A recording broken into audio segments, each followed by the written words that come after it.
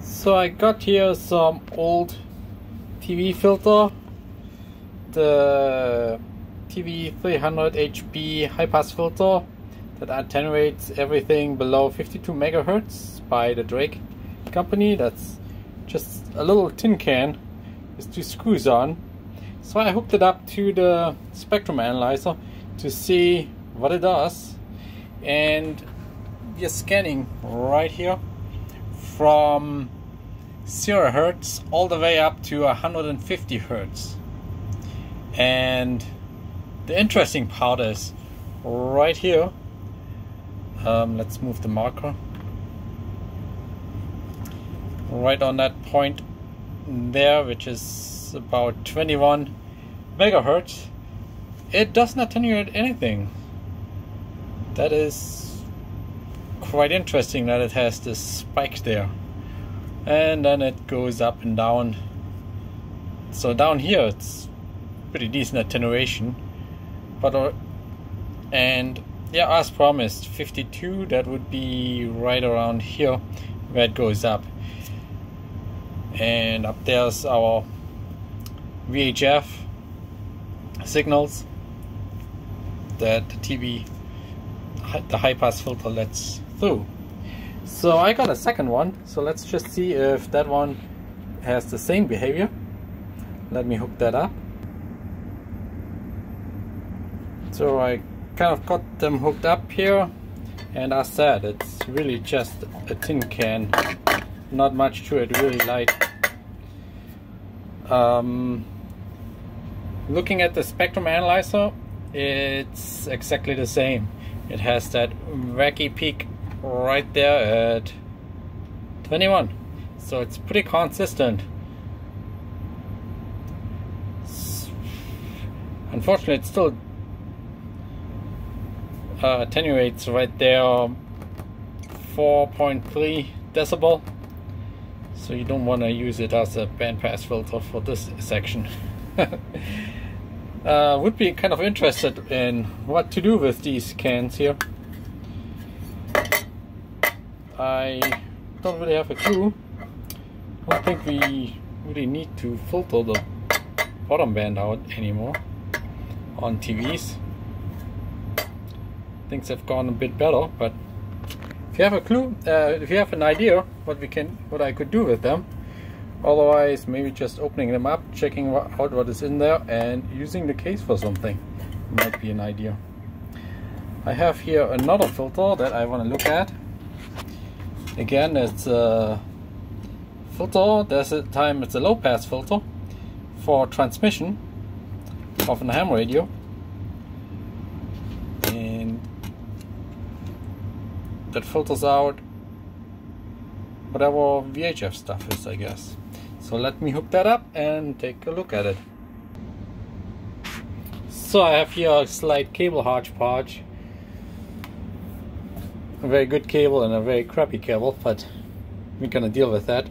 So I'm just connecting it straight through here, and go ahead and calibrate that.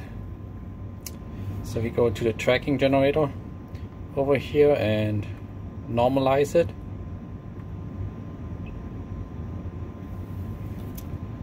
I do have a level here. I'm gonna put that down 0 decibel. Normalize it.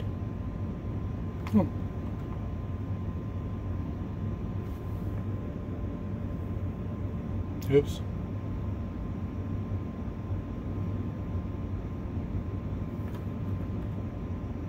Okay, never mind.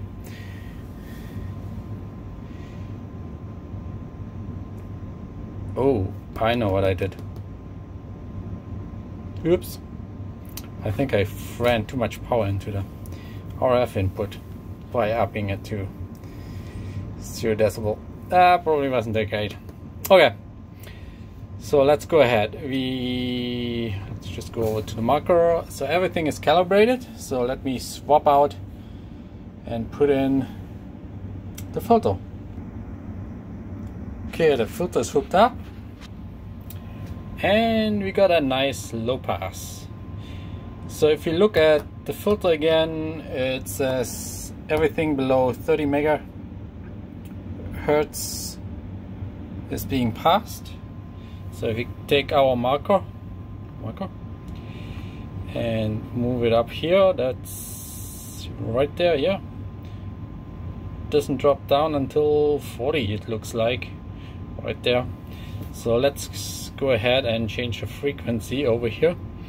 And the stop frequency, you can change that down to 50 hertz, megahertz, and then we can see a little bit nicer. So let's go back to our marker and jump on over.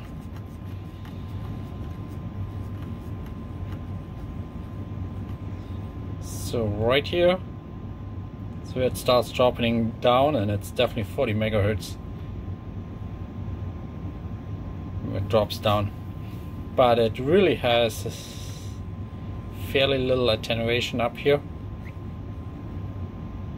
That is starting around, yeah, what's that? Yeah, starting around 24 megahertz. It kind of slightly drops down. And if you go over,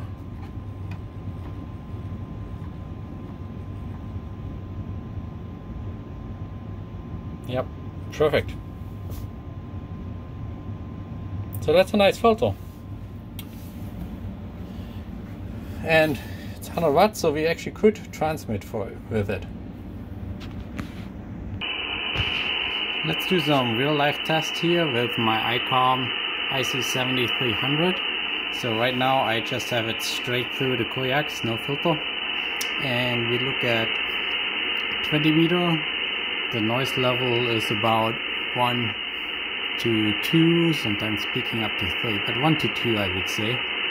Let's look at 40 meters, and there I would say about 3 to 4. Let's go ahead to 80 meters.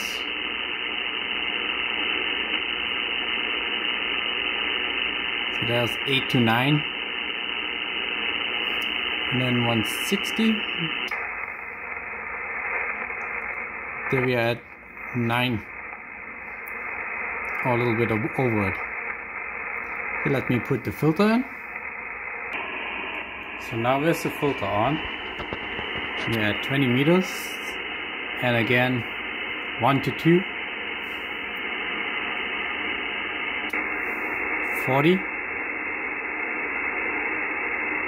the same 3 to 4,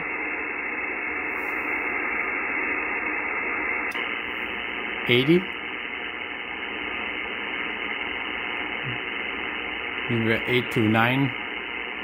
That's pretty much the same here. And then 160. We had 90 going up. And yes, if I unhook it, you'll see the difference quite well.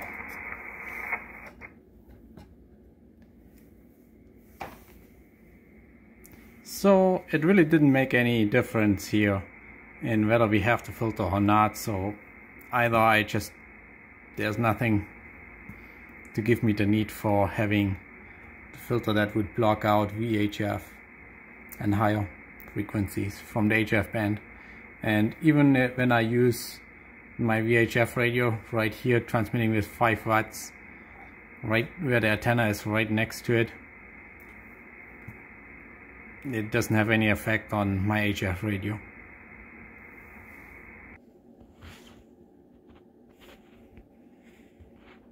So before I let you go, here is the filter. Hold it this way, you can read it. And I can actually open up the bag so I can show you what's in there.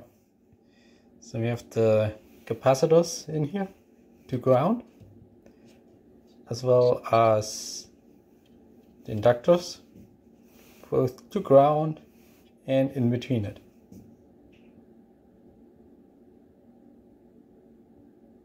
Well, that's it for today.